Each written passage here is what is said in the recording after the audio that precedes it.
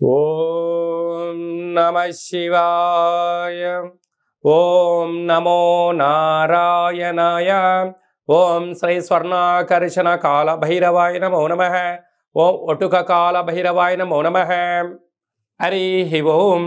మా ఛానల్కి స్వాగతం. చూస్తున్న వీక్షకులకు, ప్రేక్షకులకు, ప్రియ కాళభైరవ భగవద్బంధులకి స్వాగతం పలుకుతూ మమ్మల్ని ఎంతగానో ఆదరిస్తూ ఉండబడిన ప్రియ సోదరి మనులకు అందరికీ కూడా ముక్కోటి ఏకాదశి పండగ శుభాకాంక్షలు.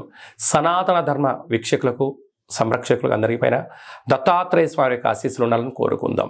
అలాగనే మార్గశీర్ష మాసం అనగానే శ్రీ వళ్ళీ దేవసేన సుబ్రహ్మణ్యేశ్వర స్వామి యొక్క జయంతి, కాళభైరవ జయంతి, దత్తాత్రేయ జయంతి సందర్భంగా మనమందరము ఎలాంటి విధి విధానాలు పాటించాలో సవివరంగా సంపూర్ణంగా తెలుసుకుందాం.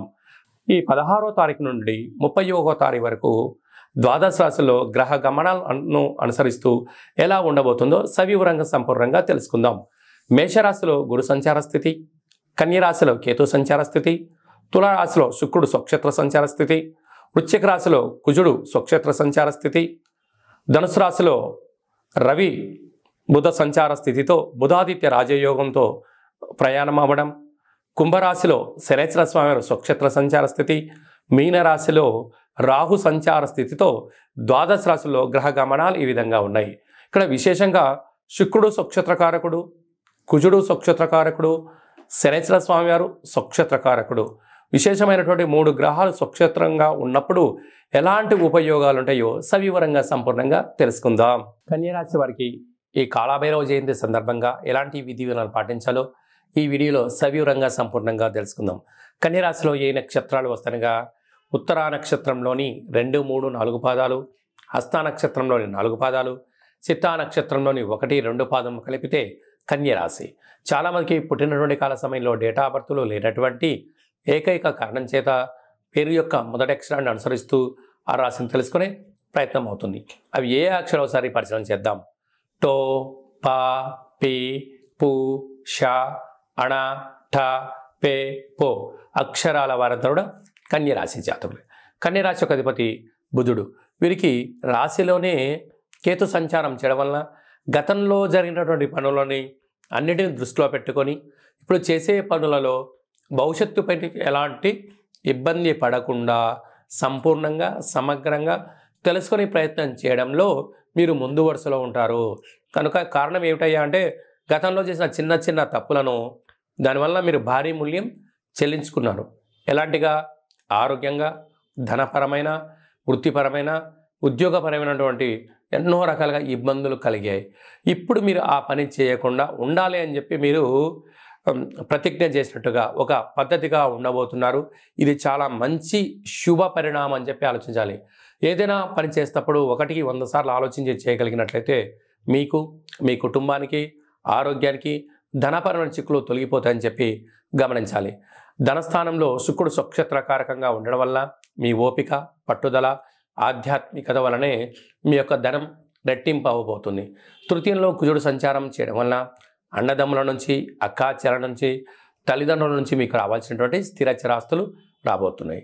అర్ధాష్టమ రవి బుధ సంచార స్థితి ఉండడం వలన అష్టమి తిథి, పూర్ణిమ తిథి, మీ జన్మ నక్షత్రం రోజున దూర, వాయు, జల ప్రయాణాలు, ముఖ్యమైన సభలు, సమావేశాలు వాయిదా వేసుకోవడం ఉత్తమోత్తంగా భావించాలి.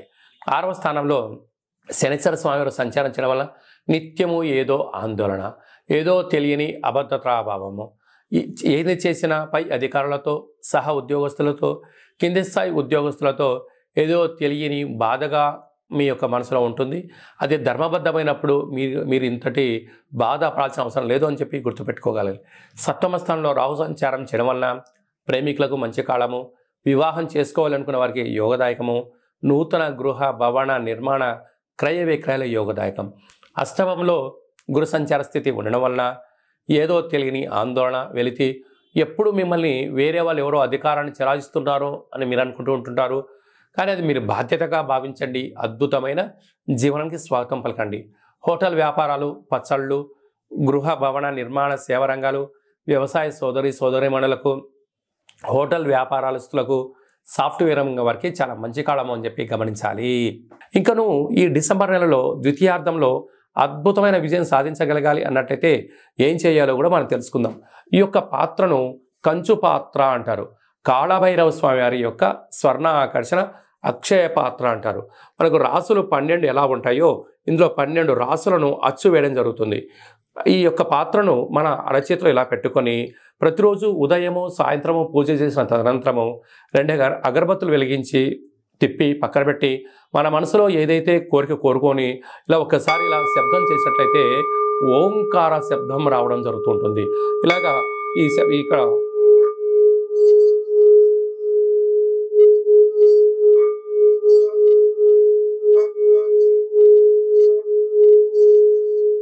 ఈ యొక్క అక్షయ పాత్ర ద్వారా ఈ శబ్దాన్ని సృష్టించడం వలన ఓంకార శబ్దం ద్వారా గృహంలో ఉండబడినటువంటి వాస్తు నరదృష్టి శత్రు ప్రభావ దోషాలు తొలగిపోతాయని చెప్పి గమనించగలగాలి. అక్షయము అనగా నశించబడనటువంటిది. కాళభైరవుడు అనగా కాలం అనేటువంటిది మనకు అనుకూలంగా ఉండేటువంటి పరిస్థితి ఉంటుంది. పిలిస్తే పలికే ఏకైక భగవంతుడే కాళభైరవ స్వామివారు. కనుక మనమందరము కూడా ఈ కాళభైరవ జయంతి సందర్భంగా స్వామివారిని స్మరిద్దాం. గృహంలో కుష్మాండ దీపాన్ని లేక నారికేల దీపాన్ని వెలిగించుకుందాం. అక్షయ పాత్రను సొంతం చేసుకుందాం. ఇంట్లో పెట్టుకొని సకల యంత్ర మంత్ర తంత్ర పరతంత్ర తాంత్రికపరమైనటువంటి దోషాలు తొలగిపోయి సంపూర్ణమైనటువంటి అష్ట కష్టాలకు స్వస్తి పలికి అష్టైశ్వర్యం స్వాగతం పలకడానికి మనకు కాళభైరవ స్వామికి ఆశీస్సులు ఉంటాయని చెప్పి గమనించగలగాలి. ఆసక్తి గలవారు ఈ కింది నెంబర్ను సంప్రదించి పొందగలరు.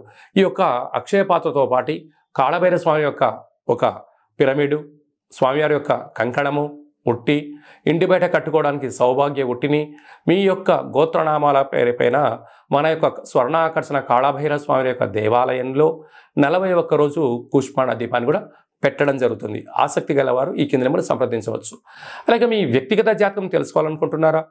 మీ యొక్క పేరు, పుట్టినటువంటి తేదీ, నెల, సంవత్సరం, పుట్టిన సమయం రాసి వాట్సాప్లో పంపించగలిగినట్లయితే మీరు పుట్టినప్పుడు గ్రహ గమనాలు ఎలా ఉన్నాయి, ప్రస్తుతం ఎలా ఉంటున్నాయి, రాబోయే కాలంలో ఎలా ఉండబోతున్నాయో సవివరంగా సంపూర్ణంగా 100 సంవత్సరాల జాతకాన్ని వ్రాసి పంపించి మీకు తెలియజేయడం జరుగుతుంది.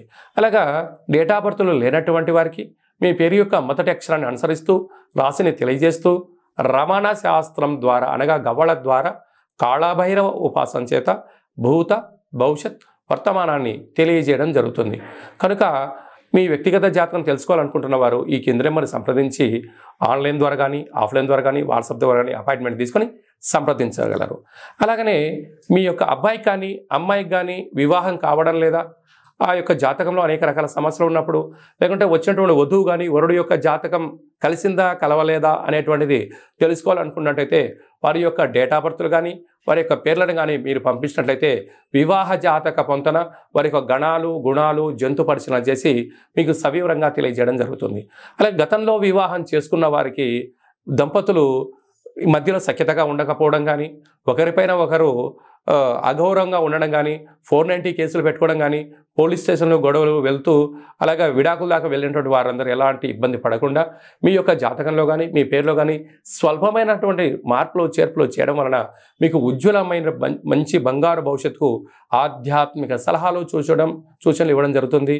తెలుసుకునే వాళ్ళు తెలుసుకోవచ్చు.